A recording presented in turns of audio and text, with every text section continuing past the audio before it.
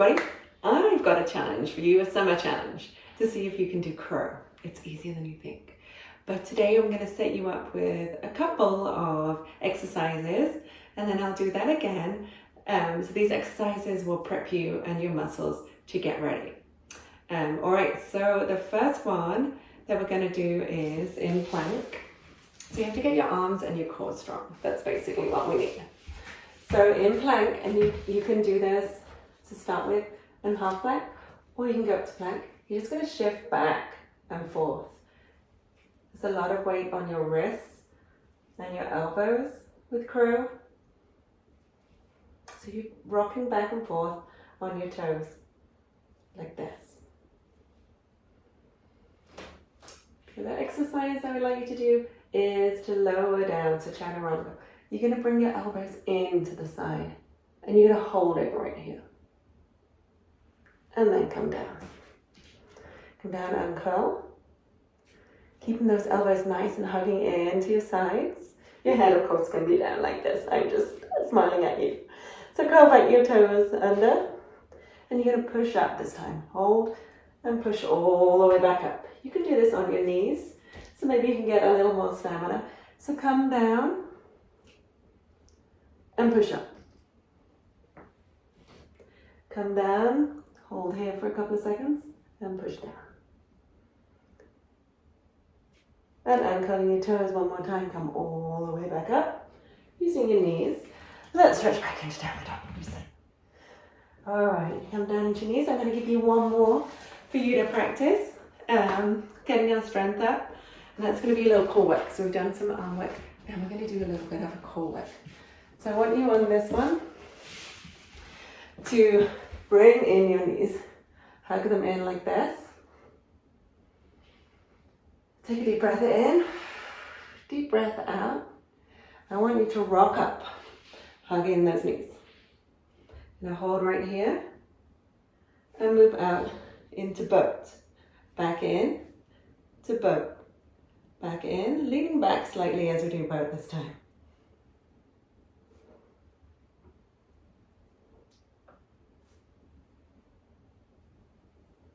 Good job. Holding here, hugging in the knees, and rolling slowly back down. Good job. This time we're going to take our elbows in between our legs and open up our hips, so we're actively pushing outwards like this. Pushing outwards with your elbows, opening the hips, bringing them back in. One more time. And pushing back in. All right, rock yourself up. We're going to go one more time through that circuit. And then there'll be one more prep, and then we'll go right into curl, okay? So for this video, we're coming up into half plank. Chaturanga down, elbows tied into our body. Pushing up all the way up into full plank. Lowering down, hold it right here. 3, 2, 1, and down. And curling. Pushing back up this time in half plank. Back down again. And push all the way back up. And let's go into child's pose. All the way back up, over onto our back. I'm going to do this the other way around this time. So hands in between, open up your hips. 3, 2, 1, back together again.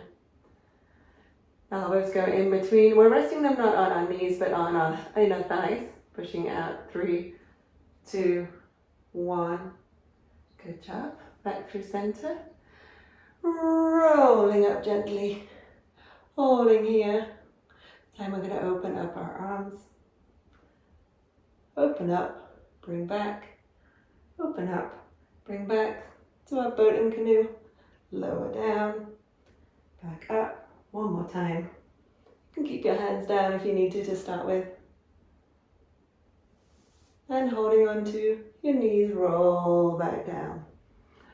Hugging those knees tight. Good job.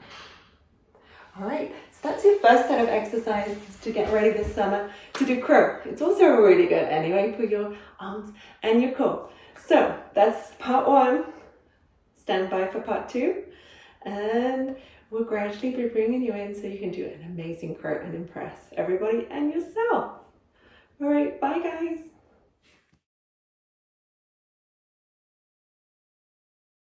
Hello there, welcome to Live on the Deck. We're going to be learning a new thing today, or maybe it's not a new thing for you today, but it's crow, and we're going to learn it in 3 different stages in 2 different ways. The first one we're going to learn traditionally. The second one we're going to be using blocks. Have a look through the video first, see which suits you before you start to try. There are just 3 kind of phases to do this.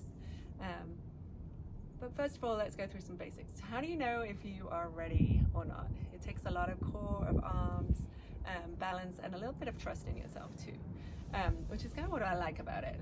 It also is a pose that you often see and you think it's for advanced people. I can't do that, but you actually can. You need a little bit of arm strength, that's for sure, and a little bit of confidence. That's why I'm wearing this t-shirt. Positivity is everything, and you can do this.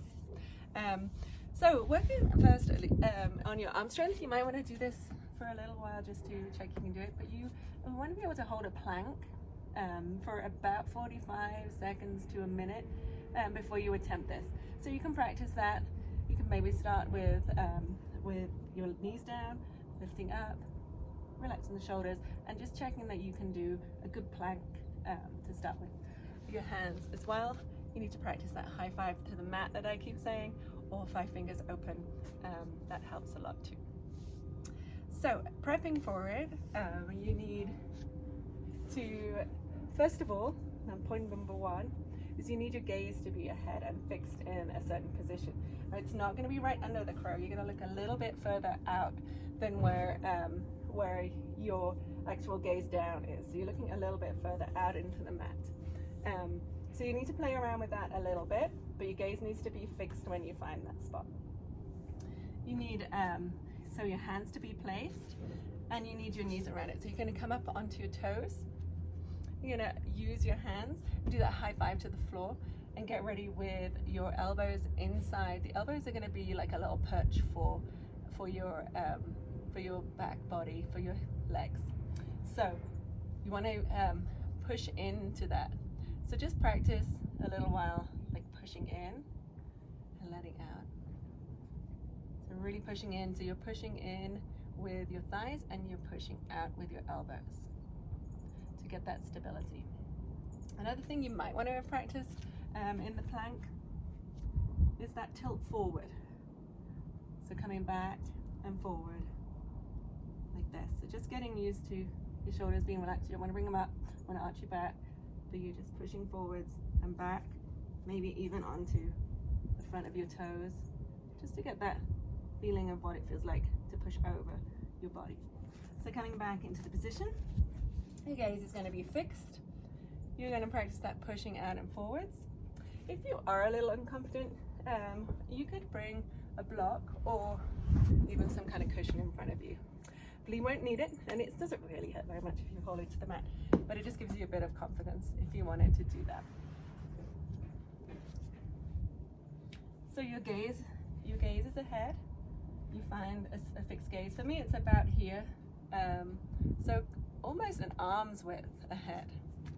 It's about this far ahead, and you're going to be about a foot difference and a half to your hands. So high five that floor.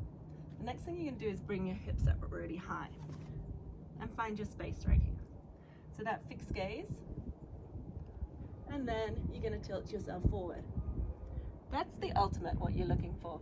But as a beginner or someone new to this, you're just going to practice feeling that balance position. So as you move forward, try taking 1 and 2, or maybe just lightening your load to start with.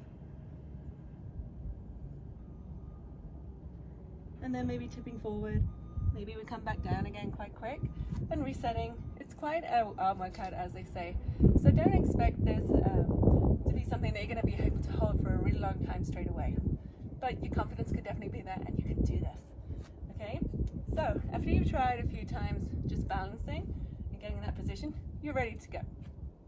So once again, what are the 3 stages? 1, you find your fixed gaze. 2, you've got that nice ridge here, but the second one is you're going to lift your hips and then you're going to bear your weight forward. Now you're looking to hold it here, your gaze stays down. You can play around with your legs and stay there as long as you like.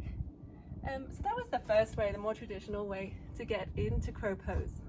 We're going to try another way, which is also a really good way if you're starting out, to help you get that gaze and also the distance between where everything should be, which is kind of pivotal to getting a nice foundation.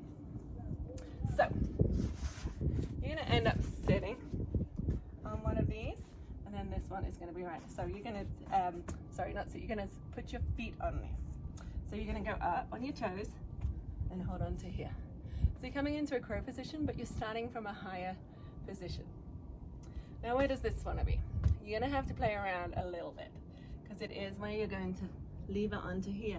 What you don't want is for it to be too close so that you're rounding that neck, ending up with like a very tight neck.